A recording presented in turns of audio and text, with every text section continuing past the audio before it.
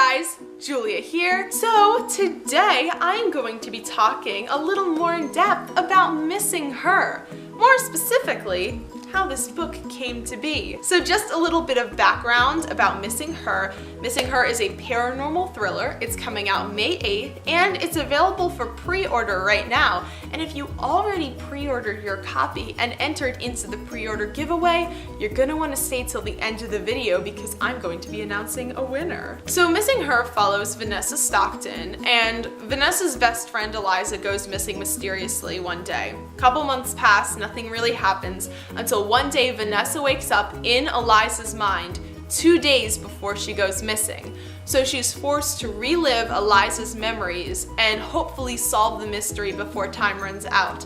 But as the back of my book says, Eliza was only the beginning, and it's a lot more complicated than Vanessa first realized. This book was actually a long time in the making, even longer than The Scavenger. I started drafting this book while I was in the process of publishing The Scavenger, but I had this idea sitting in the back of my head for a very long time. I guess you could say that the idea first started to form after I read this book called The Phantom Effect, which it's here somewhere. Here it is.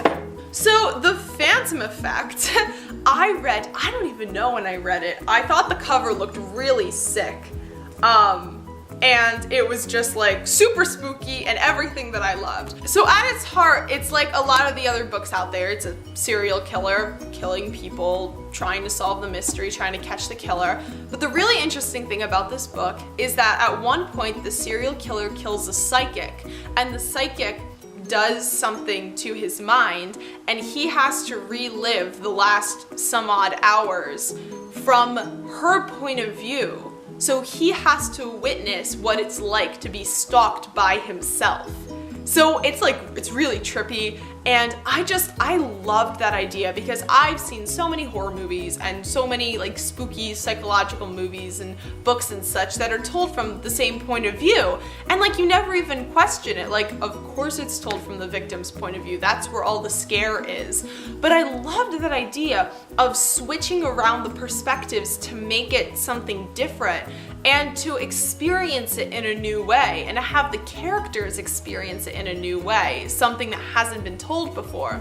I don't think this book has nearly the amount of attention that it deserves because I loved it and I highly recommend it. Not gonna lie, it's kind of gory and pretty disturbing, but as long as you can handle that sort of stuff and you might be like me and maybe twisted sort of entertainment, enjoy that sort of stuff, so definitely check it out. I mean, I really enjoyed it. And if you like the concept of Missing Her, then you'll probably like this book too. So that's kind of where that seed of an idea came from. I wanted to do something with this missing person story that hadn't been done before. There's been so many stories about missing people, and one person's best friend goes missing and you can't find them and solving the mystery, blah, blah, blah. And I was like, you know what? I feel like that story's been told so many times and there are creative takes on it, but I wanted to do something with the perspective flipping. So I thought about it a little bit.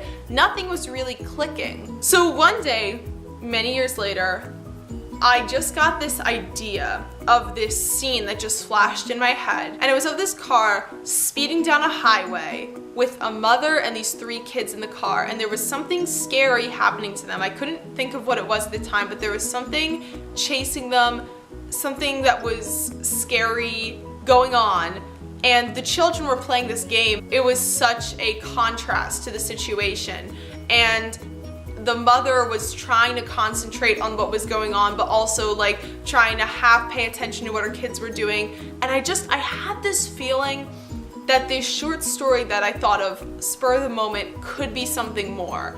And the more I asked questions and the more I delved into what the characters were thinking, what the mother was doing, what was chasing them, I realized that there was a lot more to this, and this could be a potentially new story idea. This short story became the prologue to Missing Her, and I took my inspiration from The Phantom Effect and put it all together, and we got a full book. So as you can see, the concept for Missing Her was just not a sudden thing. It took a lot of time and a lot of figuring out, especially the plotting, because the plotting was done in so many different ways, because I had to plot Vanessa's part of the story, and then when they go back and she's in Eliza's mind, I had to replot it all over again from a different perspective, and there's just a lot going on, so it took a while to kind of figure out what I wanted to do with it, but I'm really proud of how it turned out, and I think you guys are gonna really enjoy it. There's a lot of twists and turns, and I mean, my beta readers loved it. They couldn't guess the ending, so I'm interested to see if you will guess the ending either. So before you guys sign off, I have a winner for one of the days of the pre-sale giveaway. So the winner for today is this person. Congratulations, because you have won the book and pin merchandise bundle from the Scavenger and Missing Her. So basically, you are going to get a bookmark from the Scavenger, a bookmark from Missing Her, and 2 exclusive pins that you can't get anywhere else unless you come in person to one of my signings for Missing Her and the Scavenger. The Missing Her pin looks like this, and it says Eliza was only the beginning. And then the Scavenger pin looks like this. It's not secrets that are dangerous, it's what secrets make people do. So congratulations, I'll be reaching out to you shortly so that I can get your address and send you all of the cool stuff that you won. Thank you so much for pre-ordering Missing Her, and I really hope you enjoy it. There is still time to enter the pre-sale giveaway if you haven't already. Make sure that you pre-order it on Amazon and then go to my Google form and fill out your proof of purchase and all that good stuff. There is still time for you to win, so make sure you do all that cool stuff. Thank you for stopping by. Bye!